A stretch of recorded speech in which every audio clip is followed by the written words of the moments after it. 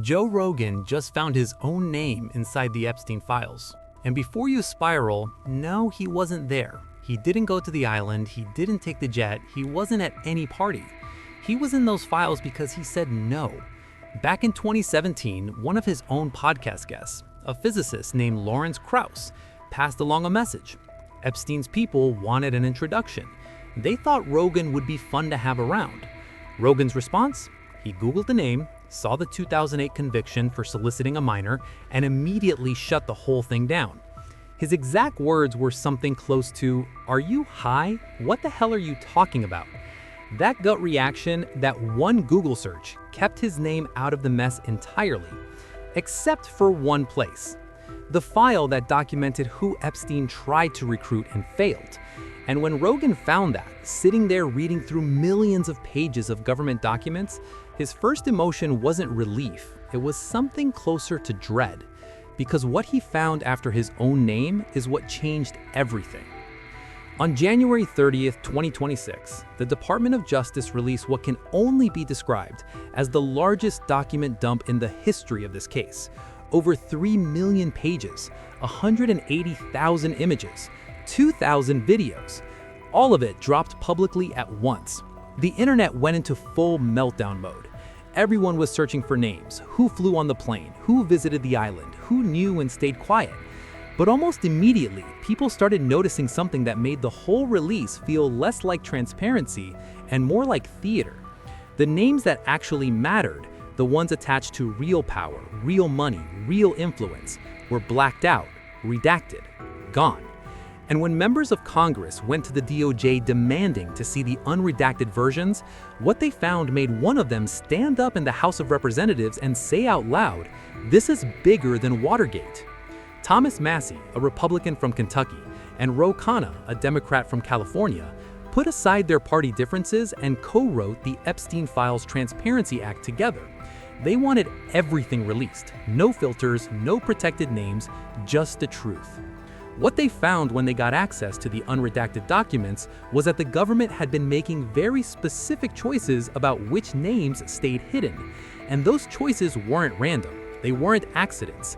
They followed a very clear pattern of protecting the most powerful people connected to this case. Khanna stood on the floor of the House and read 6 names out loud that had been wrongly redacted. Names that had no legal or ethical reason to be hidden.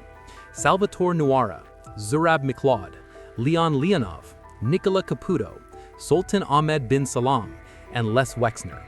That last name, Wexner, is where this story really begins to crack open. Massie caught something specific and called it out directly. In a document that explicitly labels certain individuals as co-conspirators, Wexner's name had been redacted, just in that document. The problem is, Wexner's name appears in over 4,000 other locations across those same files. And in every single one of those 4,000 instances, his name was left visible. Every location except the one place that mattered most, the document that said co-conspirator. Within 40 minutes of Massie calling it out on the record, the DOJ quietly added Wexner's name back. 40 minutes. That's how fast they moved when they got caught. And Massie's response said everything. He looked at the DOJ representatives and said, "Within 40 minutes of me catching you red-handed, that's not a clerical error. That's a decision someone made and then reversed the moment a spotlight hit it." You might not know the name Les Wexner, but you know his work. He's the billionaire founder and former CEO of Victoria's Secret, one of the wealthiest men in America for decades. The kind of man who doesn't just attend power circles, he creates them. And his relationship with Jeffrey Epstein wasn't a casual acquaintance or a business lunch that got out of hand. Epstein didn't just know Epstein, he built him. He handed Epstein full power of attorney over his entire financial empire. Think about what that means. Epstein could make decisions, move money, sign documents, and act completely on Wexner's behalf. Wexner gave Epstein his Manhattan mansion, a property worth $77 million, the same mansion where federal investigators later found evidence of abuse. He gave Epstein access to his social network, his political connections, his world. And when you hand someone that much power, that much access, you don't get to play the victim later and say you were fooled. Wexner's public position has always been that he discovered Epstein was stealing from him, cut ties in 2007, and was as shocked as everyone else when the full story came out. But the files don't paint that picture. What the files show is decades of closeness, shared properties, shared access, a level of trust that goes far beyond a professional relationship. Investigative journalist Whitney Webb wrote publicly back in 2020, years before these documents dropped, that Wexner had financed the trafficking and abuse of thousands of children and was sitting in his Ohio mansion thinking he was above the law. People called her a conspiracy theorist at the time. The FBI files called Wexner a co-conspirator. The government tried to track him down for an interview. That attempt was never completed because Epstein died first. And when Epstein died, that investigation stalled. Wexner never faced charges. He's still in that Ohio mansion today. Rogan's reaction when he processed all of this was simple and direct. How come you redact some people and you don't redact other people? What is this? But Wexner, as disturbing as his role is, isn't the name in these files that should scare you the most. That title belongs to someone most Americans had never heard of before these documents dropped. Sultan Ahmed bin Sulam is a Dubai billionaire, former chairman of DP World, one of the largest port operating companies on the planet, managing major shipping hubs across more than 70 countries. This is a man woven into the fabric of international trade, government relationships, and the Dubai royal network.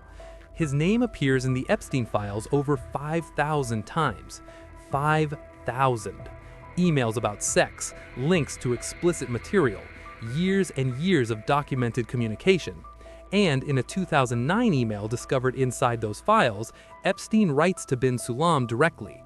The email contains 4 words that should stop you where you're standing. I loved the torture video. Bin Sulam's reply? Completely casual. I am in China. I'll be in the US second week of May. Like they were discussing travel plans, like nothing in that exchange was wrong. When those files were released to the public, bin Sulam's name was redacted, not because he was a victim, not because he needed protection, but because protecting him means protecting international trade relationships, diplomatic ties, port access across dozens of countries.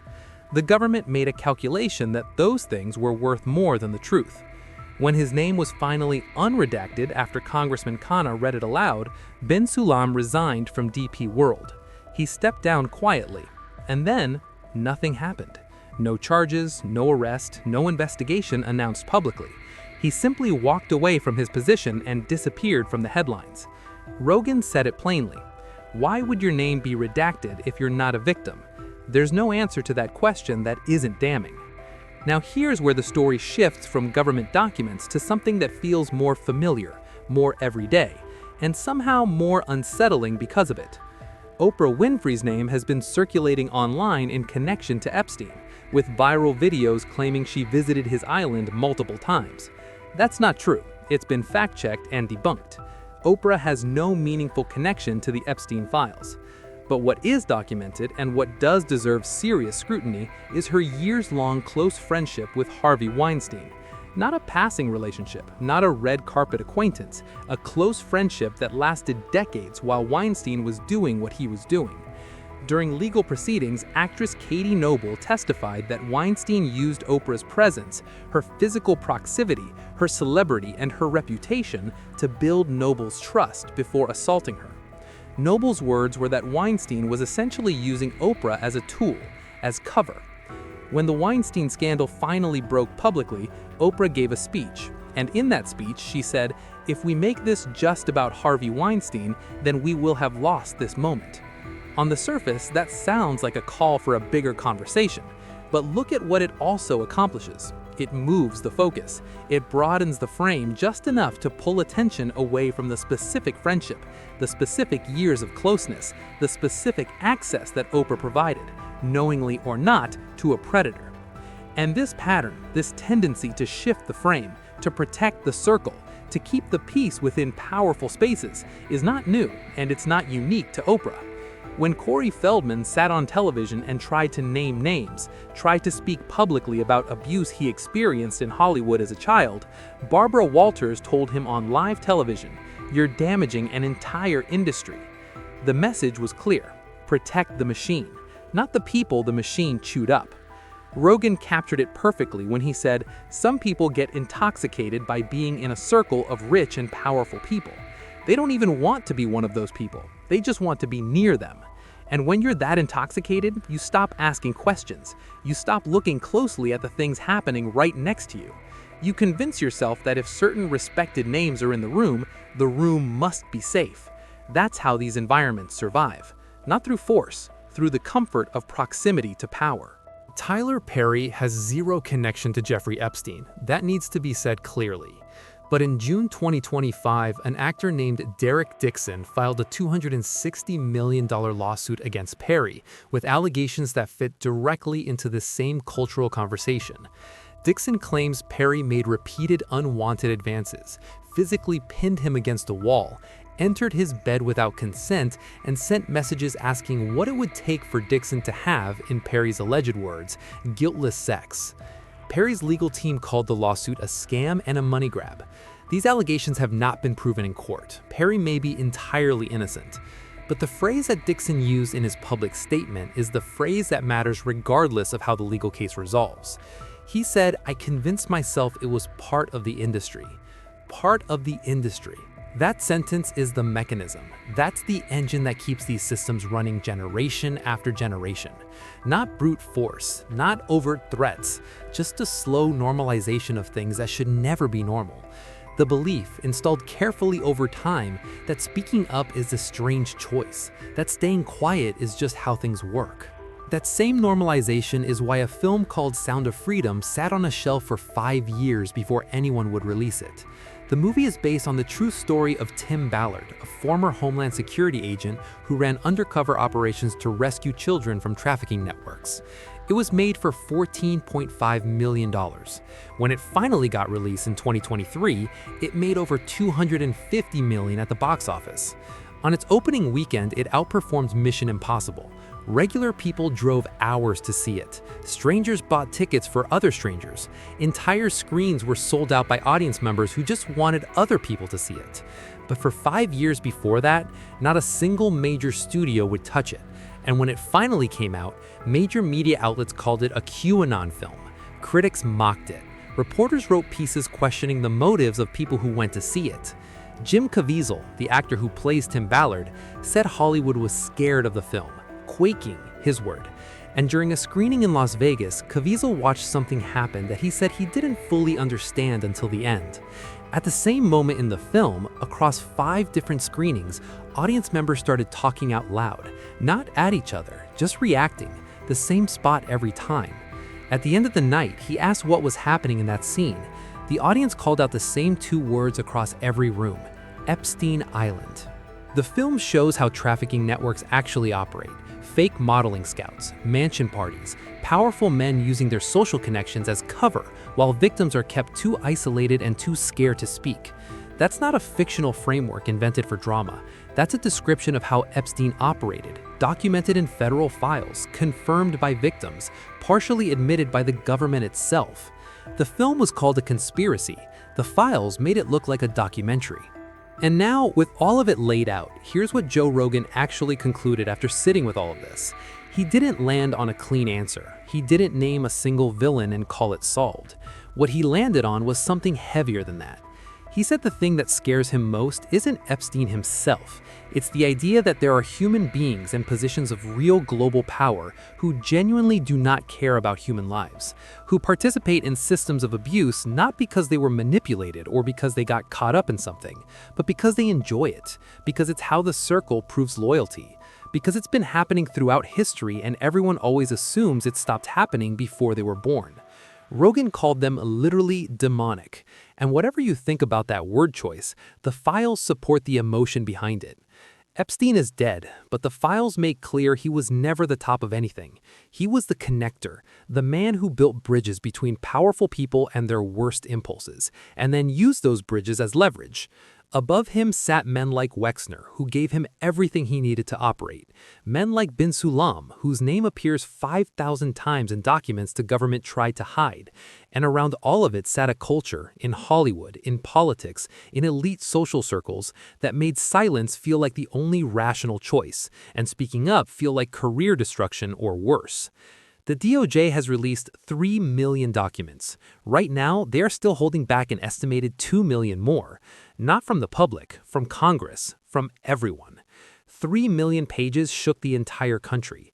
The question that should be keeping people up at night is what's in the 2 million they haven't shown anyone yet. Epstein built a network. That network had people above it. And right now, today, those people are still operating, still connected, still protected by a government that blacked out a co-conspirator's name and only put it back when a congressman caught them on the record. The story is not over. It hasn't even reached its loudest chapter yet.